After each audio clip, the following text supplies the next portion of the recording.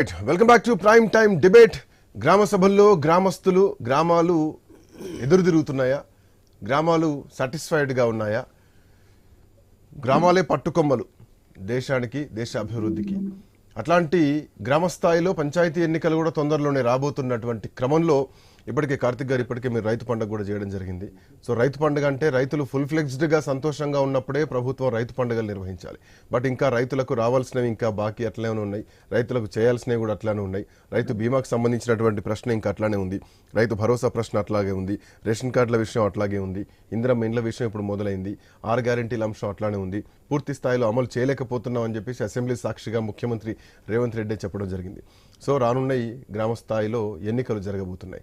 So ఎన్నికల effect ఒకటి, ఇప్పటికూ వస్తున్నటువంటి వ్యతిరేకత ఒకటి. అండ్ ఈ వ్యతిరేకత కూడా ఆల్రెడీ 50% ఉందని చెప్పేసి ప్రభుత్వం ఒప్పుకుంది. సార్, ఇప్పుడు ఈరోజు జరుగుతున్నది గ్రామ సభ జరగడం వల్ల అక్కడ ప్రజలు వచ్చి ప్రశ్నించడమో లేకపోతే మాకు రాలేదని అడిగినంత మాత్రాన దీనిపైన ప్రభుత్వం పైన వ్యతిరేకత అంటే దానికి మేము చేయగలిగింది ఏం లేదు. ఈ రోజు క్షేత్రస్థాయిలో మీరు సర్వే చేయకుండా గ్రామాల్లోకి వెళ్ళిపోయి అందులో లబ్ధిదారులను తీసుకుంటున్నారు. అది ఫైనలైజ్ అయిందా కాదా సెకండరీ విషయం. బట్ ఊర్లలో ఒక ఎమోషనల్ గా ఉంటారు, ఊళ్ళన్నీ ఎమోషనల్ బాండింగ్ లో ఉంటాయి. ఒకరికి వచ్చి ఒకరు రాకపోతే ఖచ్చితంగా బాధే ఉంటుంది. నేను ఏమంటున్నా అంటే ఏం చేయలేము అని అంటే ఆ మాటను ప్రతిపక్షాలు వీళ్ళకు రాలేదని వీళ్ళు అడిగినారు అన్నంత మాత్రాన వ్యతిరేకత అంటే ఎట్లా సార్? 10 సంవత్సరాలు వీళ్ళు ఎవరు అధికారులు కానీ ప్రభుత్వం కానీ ప్రజల దగ్గరికి వెళ్ళిన సందర్భాలు లేవు. కాబట్టి ప్రజలు ఎవరు అడగలేదు కాబట్టి అడగనంత మాత్రాన అంత బాగుంది అని అనుకోవడంలో భ్రమ తప్ప ఇంకేం లేదు. ఇది ప్రజాస్వామ్యం సార్. ప్రభుత్వాన్ని ప్రజలు ఖచ్చితంగా అడుగుతారు. గ్రామ సభ పెట్టి ఈ రోజు తీర్మానం చేసి ఇగో మీకు ఇల్లు వచ్చేసింది అని చెప్పేసి వాళ్ళకేం సర్టిఫికేట్ నిలదీయడం వేరు. సో ఇప్పుడు ఉన్నదంతా నిలదీస్తున్న సార్. ఈ రోజు నిలదీయడం అంటే ఏంటంటే ప్రజలు కూడా ఒక అవగాహన, అంటే 10 సంవత్సరాల గ్రామ సభ జరిగి ఒక గ్రామ సభ ఎట్లా జరుగుతుంది అని ఇంతకుముందు పెద్దలు సాదిక్ గారు చెప్పిన మాటకు ఎస్ కరెక్ట్, వారు చెప్పిన మాట వాస్తవం. సాదిక్ గారు చెప్పిన మాట వాస్తవం, ప్రభుత్వం చేస్తున్నది కొంచెం తప్పుదారిలో వెళ్తుంది. నేను ఏమంటున్నా, ఈ ఫార్మాట్ లో అంటే గ్రామ సభలో మనం ఇట్లా అడగాలి, గ్రామ సభలో ఈ విధంగా మాట్లాడాలి, గ్రామ సభలో ఈ విధంగా మన వ్యవహార శైలి ఉండాలి అని గ్రామాలలో ప్రజలు ఈ ఒక 10 సంవత్సరాల వ్యవధిలో ముఖ్యంగా ఈ తరం ప్రజలకు దీనిపైన పూర్తిగా అవగాహన కూడా చాలా తక్కువ ఉంది. కాబట్టి గ్రామ సభలు 10 సంవత్సరాల తర్వాత ఈ రోజు జరగడం అనేది ఒక అంటే ఇది ఒక మంచి పరిణామం. ఇది ఇందులో ఏమైనా తప్పులు ఉంటే, ఇందులో ఏమైనా లోపాలు ఉంటే ప్రధాన ప్రతిపక్ష పార్టీగా వీళ్ళు సలహాలు ఇవ్వాల్సింది పోయి ఈ రోజు అడిగినంత మాత్రాన దీన్ని ప్రభుత్వం పైన వ్యతిరేకంగా చిత్రీకరించడం అంటే దీన్ని అధికార యావ అనుకోవడం. అంటే మీరు కూడా ఒక మేధావర్గంతో ఒక సమావేశం ఏర్పాటు చేయాల్సింది, మేధావర్గంతో సమావేశం ఏర్పాటు చేయాల్సింది, అఖిలపక్ష సమావేశం పెట్టాల్సింది, పెట్టి అందరిని ఆహ్వానించి చెప్పాల్సింది. అఖిలపక్షం ఎందుకు? సభలోనే, శాసన సభలోనే దీనిపైన చర్చ చేపట్టినము. దీనిపైన చర్చ చేయమంటే వీళ్ళు స్పీకర్ పైన దాడికి వెళ్ళారు. సభలో చర్చకు రమ్మంటే వీళ్ళ ప్రధాన ప్రతిపక్ష నాయకుడు సభకు రాడు. ఇంకా మళ్ళా ఇంకొక కమిటీ ఎందుకు, వేరే దగ్గర సమావేశం ఎందుకు? వాళ్ళు సభను బైకౌట్ చేసి వెళ్ళిపోతే, వాళ్ళు సలహాలు ఇవ్వకపోతే మీరు పాటించలేని, ప్రభుత్వాన్ని నడపలేని పరిస్థితుల్లో వాళ్ళు సలహాలు ఇచ్చే పొజిషన్ కూడా వారు లేరు. ఎందుకంటే వాళ్ళు ఒకవేళ 10 సంవత్సరాలు ఇలాంటి గ్రామ సభను ఎప్పుడైనా వాళ్ళు పెట్టినటువంటి వ్యవహారం వాళ్ళ దగ్గర ఉంటే వాళ్ళు వచ్చి ఈరోజు సలహాలు ఇస్తుండే.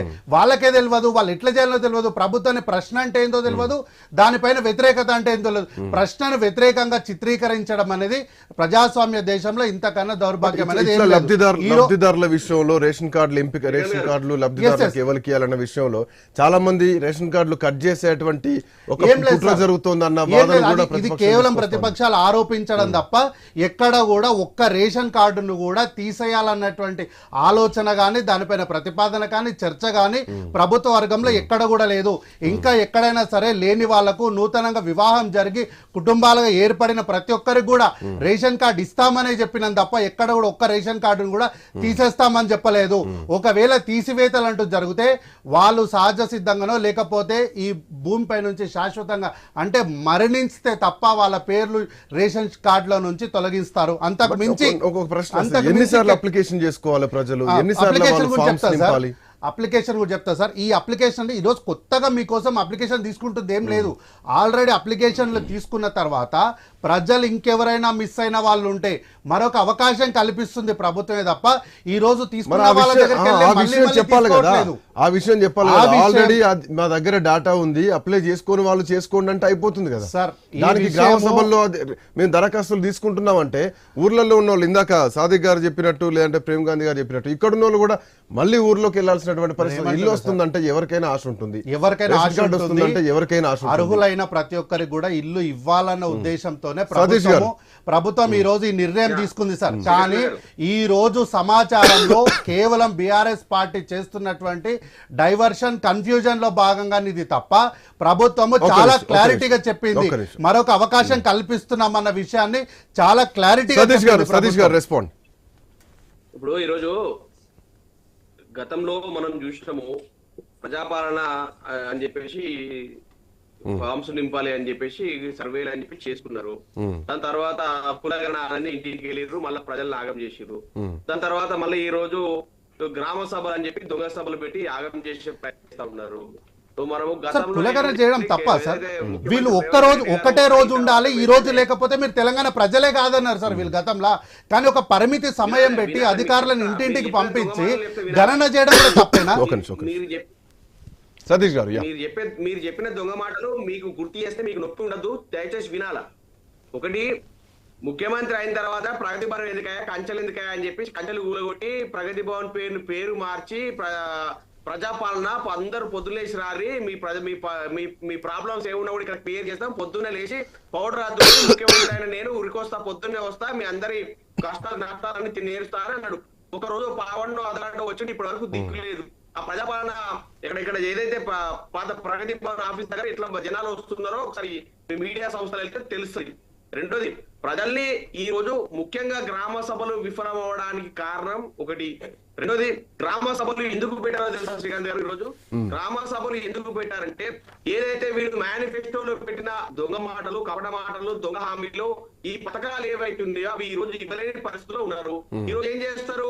గ్రామ సభలు పెట్టినా ఊళ్ళంతా కొట్టుకున్నారు, తిట్టుకున్నారు, ఆగమైంది, గొడవైనాయి అని చెప్పి ఈ రోజు గ్రామ సభలు ఒక రోజు అయిపోయింది. మీరు చేసినట్టు అందరు చేస్తారు అనుకుంటే ఎట్లా సార్? గ్రామంలోని ప్రజలు అని చెప్పి దొంగ మాటలు చెప్పి గ్రామ సభల్ని మీరు చేసినట్టు అందరు చేస్తారు అనుకోవద్దు కదా అట్లా. పథకాలు ఇస్తాన్నారు కదా, అడగండి. పథకాలు ఇస్తారు కదా, ఏమైందా మీరు పథకాలు ఇస్తున్నారు ఏమైంది అని అడిగితే ఏమంటారంటే మరి గ్రామ సభ పెట్టింది పథకం ఇవ్వడానికే. మీలాగా దొంగ సంతకాలు పెట్టి సార్ వీళ్ళు చేసినటువంటి పరిపాలనలో ఇట్లాంటి గ్రామ సభలు పెట్టినందుకు పెద్దపల్లి జిల్లా సుల్తాన్బాద్ లో ఒక సినిమా హాల్ కి ఇచ్చారు సార్ దళిత బంధు, రైతు బంధు, సారీ రైతు బంధు ఒక సినిమా హాల్ కి ఇచ్చారు. వీళ్ళు ఇట్లాంటి చరిత్ర కలిగినటువంటి వీళ్ళు ఈ రోజు ప్రభుత్వం గురించి మాట్లాడుతున్నారు. బ్రదర్ విను, నేను వినలే, నేను స్టూడియోలో ఉంటే నువ్వు ఒక మాట కూడా మాట్లాడలేవు. మరి ఎందుకు రావాల్సింది సార్? ఎవరైనా వద్దన్నారా మిమ్మల్ని? ఎవరిని బెదిరిస్తున్నారు మీరు? స్టూడియోలో ఉంటే మాట్లాడలేరని రావాల్సింది మిమ్మల్ని ఎవరైనా వద్దన్నారా? మరి ఎవరిని బెదిరిస్తున్నారు మీరు? మీ కాంగ్రెస్ వాళ్ళకు మాటలు రావు, మీ కాంగ్రెస్ మీకు వచ్చిన మాటలు రాకనే కదా సార్ ప్రాబ్లం ఇది. మీ బీఆర్ఎస్ పార్టీకి వచ్చినాయి మాటలు, కాంగ్రెస్ పార్టీకి వచ్చినాయి చేతలు. మరి ప్రభుత్వంలో అవగాహన లేని ప్రభుత్వం, ఈ చేతగాని ప్రభుత్వం కాంగ్రెస్ ప్రభుత్వం. అందుకే దివాలా తీసిపోయిన మొత్తం 7.5 లక్షల కోట్ల అప్పులు చేసిపోయిన వాళ్ళు మీరు. అంత అవగాహన ఉన్న వాళ్ళు ఎందుకు 7.5 లక్షల కోట్ల అప్పు చేసారు? మళ్ళీ చేస్తా ఉన్నారు, సంక్షేమం లేదు, ఎక్కడ కూడా పేద బడుగు బలహీన ప్రజలకు మీరు చేసింది లేదు. ఏం మీరు చేసింది ఒక మాట చెప్పండి సార్. మీరు చేసింది ఒకటి ఒక మాట చెప్పండి.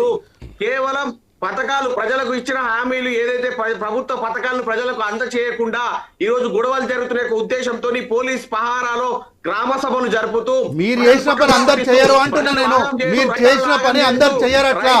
గ్రామాల్లో గ్రామ సభ పెట్టింది ప్రజలకు పథకాల పైన అవగాహన కలిగించడానికి, కానీ మీలాగా రోడ్లకు చెట్లు లేని దగ్గర ఉన్నటువంటి సినిమా హాళ్లకు రైతు బంధు ఇవ్వడానికి కాదు. ప్రభుత్వం నడిపిస్తా ఉంది. ఇలాంటి చాతగాని ప్రభుత్వం మీరు, చాతగాని చావలేని ప్రభుత్వం మీరు ఎందుకున్నారు? సతీష్ గారు 1 సెకండ్. సతీష్ గారు 1 సెకండ్. శ్రీకాంత్ గారు, సతీష్ గారు 1 సెకండ్. కార్తిక్ గారు అవగాహన కల్పించడానికి మేము గ్రామ సభలు నిర్వహిస్తున్నామని చెప్తున్నారు. ప్రజలకు సపరేట్ అవగాహన కల్పించాల్సిన అవసరం లేదు. ఎందుకంటే ఎన్నికలకు ముందే మీరు భారీ మేనిఫెస్టో వేయడం జరిగింది. ఎన్నికలకు ముందే రుణమాఫీ చేస్తామని చెప్పడం జరిగింది.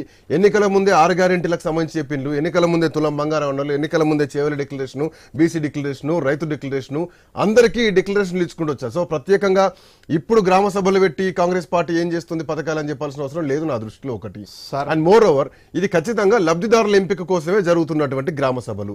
ఈ లబ్ధిదారుల ఎంపికను ప్రజలందరి ముందు తీసుకొచ్చి ఇందులో ఒకరే లబ్ధిదారులు ఇంకో 10 మంది కాదు అంటే గ్రామాలలో కోటీశ్వరులు ఉండరు, గ్రామాలలో లక్షాధికారులు ఉండరు, గ్రామాలలో పేదలే ఉంటారు, నిరుపేదలే ఉంటారు, ఎకరం 2 ఎకరాల భూమి ఉన్నోళ్ళే ఉంటారు. వాళ్ళ మధ్యలోకి వెళ్ళి ఒకరిని ఎంపిక చేస్తున్నారు.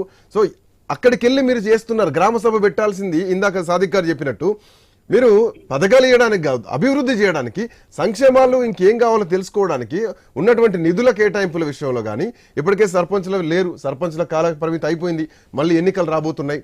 ఓవైపు ప్రభుత్వానికి సంవత్సర కాలం నుంచి వస్తున్నటువంటి వ్యతిరేకాలని మీరే ఒప్పుకున్నారు. 6 గ్యారెంటీలు అమలు చేయలేకపోతున్నామని ముఖ్యమంత్రి చెప్పారు. రైతు రుణమాఫీ గురించి, రైతు భరోసా గురించి తుమ్మల నాగేశ్వరరావు చెప్పడం జరిగింది. చాలా అంశాల నుంచి మంత్రుల నుంచే వస్తున్నాయి. ఇట్లాంటి టైంలో మీరు గ్రామాల్లోకి వెళ్తున్నప్పుడు అసలు కనీసం ఒక ప్లానింగ్ లేకుండా ఎట్లా అడుగులు వేస్తున్నారన్నది ప్రశ్న. చేయలేకపోతున్నాము అన్నామే తప్ప చెయ్యము అని చెప్పలేదు. వీళ్ళు మాట మార్చినట్టు మేము ఎక్కడ మాట మార్చలేదు సార్.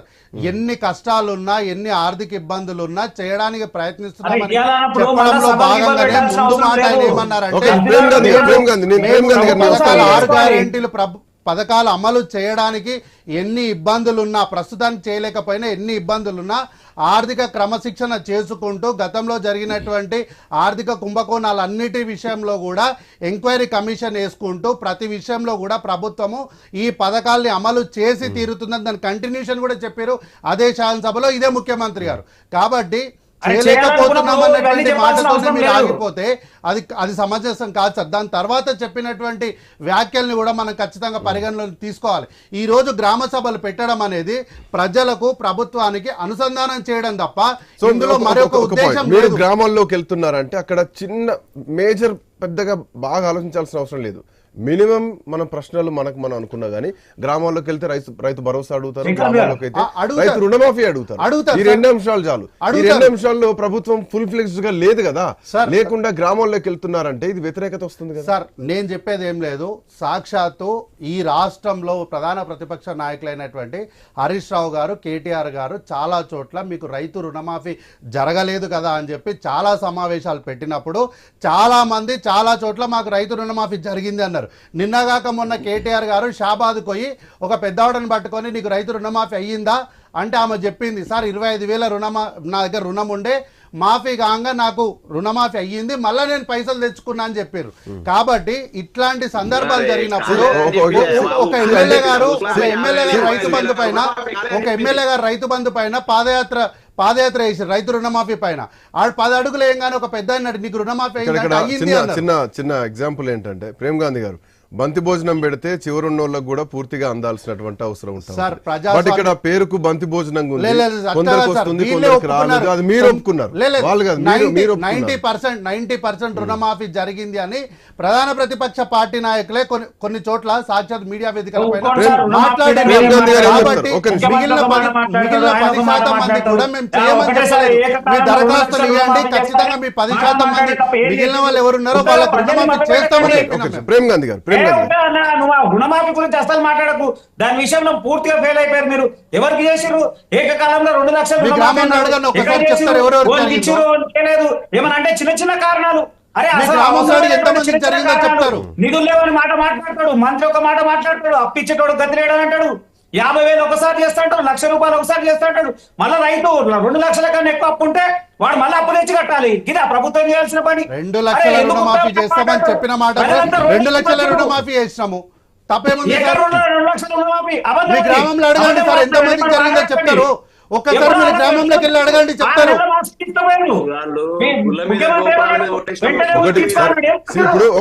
ప్రేమ్ గాంధీ గారు 1 సెకండ్.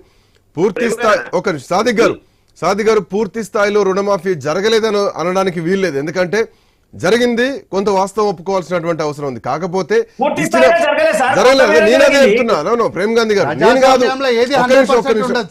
అరే అందులో కూడా 100 రుణమాఫీ 100% కాదని చెప్తున్నారు మీరు. కాదని చెప్పలేదు సార్. ఎవరైతే మిగిలిపోయినారో వాళ్ళ దగ్గరికి వెళ్ళి మీ మిగిలిపోయిన వాళ్ళు ఎవరున్నారో వాళ్ళు ఒక్క దరఖాస్తు ఇవ్వండి, మేము స్వీకరిస్తాము, మీరు రుణమాఫీ చేయడానికి ప్రభుత్వం సిద్ధంగా ఉందని చెప్పి మంత్రి చెప్పారు, ముఖ్యమంత్రి చెప్పారు.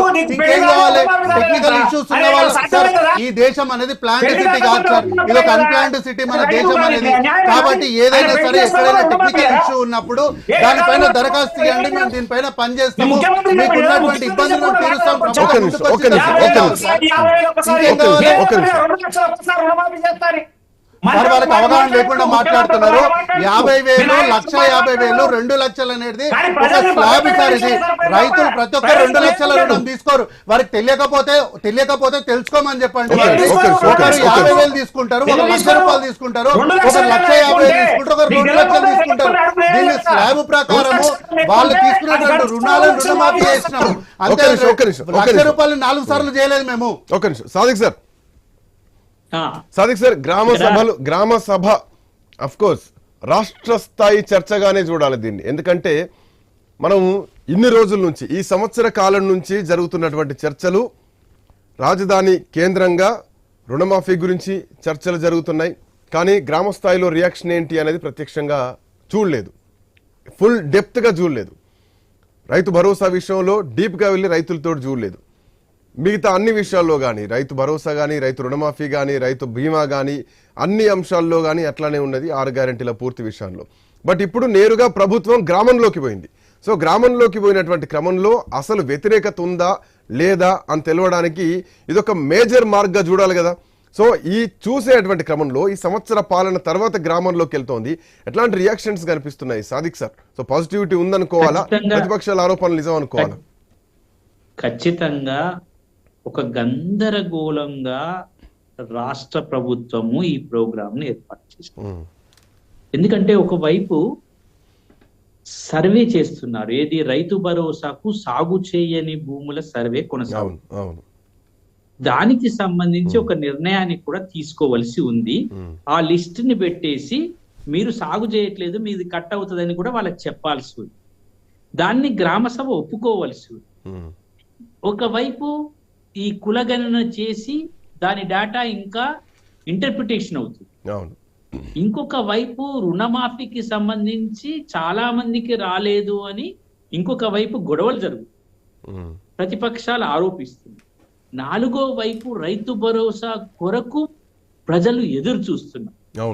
5వ వైపు ఇండ్లు మాకు రావాలి, ఆ సరిపోని ఇండ్ల గురించి కొట్లాటలు జరుగుతుంది. ఈ అన్ని వైపు నుంచి జరుగుతున్నప్పుడు గ్రామాన్ని ఒక యూనిట్ ఎంపిక చేసుకున్నప్పుడు ఏం చేయాల్సి ఉందనంటే, ముందు వీళ్ళు చేయాల్సిందంతా కంప్లీట్ చేసుకొని వీళ్ళంతా ఒక సెర్చ్ డేటా. ఇప్పుడు చూడండి, ఒక 2,000 హ్యాబిటేషన్ ఉన్న గ్రామం ఒక్క నిమిషంలో మాట్లాడు. 2 హ్యాబిటేషన్స్ ముందు ఒక గ్రామంలో 5 హ్యాబిటేషన్స్ 4 హ్యాబిటేషన్స్ చేసి, హ్యాబిటేషన్స్ అంటే ఒక సమూహం, ఒక నివాస ప్రాంతాన్ని హ్యాబిటేషన్. దాన్ని అంటే ఒక గ్రామంలో 2 లేదా 3, 2,000 కంటే 2,000 ఉన్నటువంటి పాపులేషన్ ఉన్నటువంటి దాన్ని చేసుకోవాలి. చేసుకున్న తర్వాత ఏం చేస్తారంటే ఒక లిస్ట్ తయారు చేసుకోవాలి. ఆ లిస్ట్ ఏంటంటే ఓటర్ లిస్ట్ దగ్గర నుంచి స్టార్ట్ అయ్యి పిల్లల లిస్ట్ దగ్గర నుంచి స్టార్ట్ అయ్యి నెంబర్ 1 బడి పిల్లలందరూ, బడిగిడి పిల్లలందరూ బడికి పోతున్నారా? మధ్యాహ్న భోజనం వస్తుందా? 3 సంవత్సరాల వయసులోపు ఉన్న అంగన్వాడీ సెంటర్లకు వెళ్తున్నారా? తర్వాత 4 మీకు రైతు భరోసా మీరు ఎన్ని ఎకరాలు చేస్తున్నారు, మీరు ఏ పంట వేసిండ్రు, ఇవన్నీ ముందు డేటా కలెక్షన్ చేసుకొని ముందు ఒక 10 రోజుల ముందు గ్రామ పంచాయతీలో అన్నిటికీ సంబంధించిన సమాచారాన్ని ప్రజాక్షేత్రంలో పెట్టాలి, ప్రజలకు పెట్టాలి. మీరు 30వ తారీఖు రోజు పెడితే 20వ తారీఖు రోజు వరకు అవన్నీ పెట్టేస్తే ప్రజలు వచ్చి చూస్తుంటారు. అవి ఎక్కడ పెట్టాలంటే నేను పళ్ళ పుల్లు వేసుకొని పోయేటువంటి రచ్చబండ దగ్గర పెట్టాలి. అవన్నీ చూసినప్పుడు ప్రజలు చర్చించుకుంటారు, అరే గీనేంది, గీనకు రేషన్ కార్డా, ఈయన కారు ఉంది కదా, కారున్నాయన కూడా రేషన్ కార్డు, అరే గ్రామ సభలో ఈయన సంగతి ఏందో చెప్పాలరా. ఇంకొక ఆయన ఏమంటాడు, అయ్యో ఈ అంగన్వాడీ సెంటర్లో ఏమొస్తలేదు, అంగన్వాడీ సెంటర్ గురించి మాట్లాడు. అయ్యో రైతు భరోసా ఈయన సాగే చేయడు, ఈయన భూములన్నీ గుట్టలలో ఉన్నాయి, గుట్టలలో ఉంటే ఈయనకి ఎట్లా, అరే మనం ఈ రోజు యూత్ అనుకుంటుంది, ఈ రోజు మొత్తం మనం అవన్నీ రాసుకొని మనం గ్రామ సభలో చెప్పాలి. ఇట్లా వాళ్ళకి కావలసిన సమయం ఇచ్చిన తర్వాత లబ్ధిదారుల ఎంపిక అప్పుడే చేయొద్దు. ఒకటే గ్రామ సభలో లబ్ధిదారుల ఎంపిక జరగదు. మొదటి గ్రామ సభ మొత్తం సమాచార సేకరణ అధికారుల ముందు పూర్తిగా నియమ నిబంధనల ప్రకారంగా చర్చ కొనసాగినప్పుడు పరిశీలనకు పోతాయి, అబ్జర్వేషన్ పోతాయి.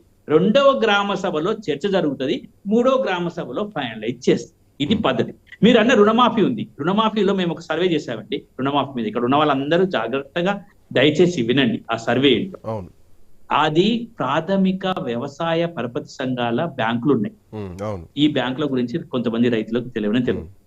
నా పేరు మీద ఎవరో తీసుకున్నారు. అట్లా 15 కేసులు ఉన్నాయి నాకు ఒక్కొక్క గ్రామంలో. రండి చూద్దాం. అయితే ఏం జరిగింది? నా పేరు మీద ఎవరో తీసుకున్నారు, నా ఆధార్ కార్డు ఎవరో పెట్టిండ్రు, నేను సంతకం చేసింది ఎవరు, నాకు మాఫీ జరిగిందని నాకు ఉత్తరం వచ్చింది, నాకు మెసేజ్ వచ్చింది. నాకు ఎక్కడి మాఫీ? అసలు నేను రుణమే ఇట్లాంటి తీసుకోలేదు. కేసెస్ ఈ మధ్యలో చాలా అయినాయి. గ్రామ సభలో నిజామాబాద్ లో పెట్టాలి, గ్రామ చాలా సభలో పెట్టాలి, అవును. గ్రామ సభలో ఇది చర్చించాలి, అవును. ఆ దొంగ ఎవడో దొరికిపోవాలి. గ్రామ సభలో అప్పుడు అడగాలి ఎంతమంది రుణం తీసుకున్నారు, ఎంతమంది రుణం తీసుకున్న వారికి రుణమాఫీ జరిగింది. పాయింట్. అది ఆ ధైర్యం ఉండాలండి ప్రభుత్వానికి, ఆ కరేజ్ ఉండాలి, ఆ గట్స్ ఉండాలి. అవును అవును ఆ గట్స్ తో గ్రామ సభలో పెట్టాలి. ఆ గట్స్ తయారు చేయాలంటే అధికార యంత్రాంగాన్ని సమాయత్తం చేయాలి. పాయింట్. మనం అనుకొని పోవాలి. ఈ రోజు ఆ కలెక్టరో లేకపోతే ఆ రోజు ఆ అధికారో ఆ గ్రామ సభకు వెళ్లే అధికారి ఏ ప్రశ్న అయినా ఎదుర్కొని నేను ప్రజలకు నచ్చజెప్పగలుగుతా అనే గట్స్ తోటి కావలసిన పూర్తి సమాచారంతో పోవాలి. నా దగ్గర లేదు సమాచారం, నాకు తెలియదు, మీరు ప్రభుత్వాన్ని అడుగుకోవాలి, సాదిక్ గారు 1 సెకండ్. ఇది ప్రభుత్వానికి చెందింది, సాదిక్ గారు అనేసరికి వాళ్ళకి సాదిక్ గారు కోపం వచ్చి అన్ని ఎత్తేస్తారు.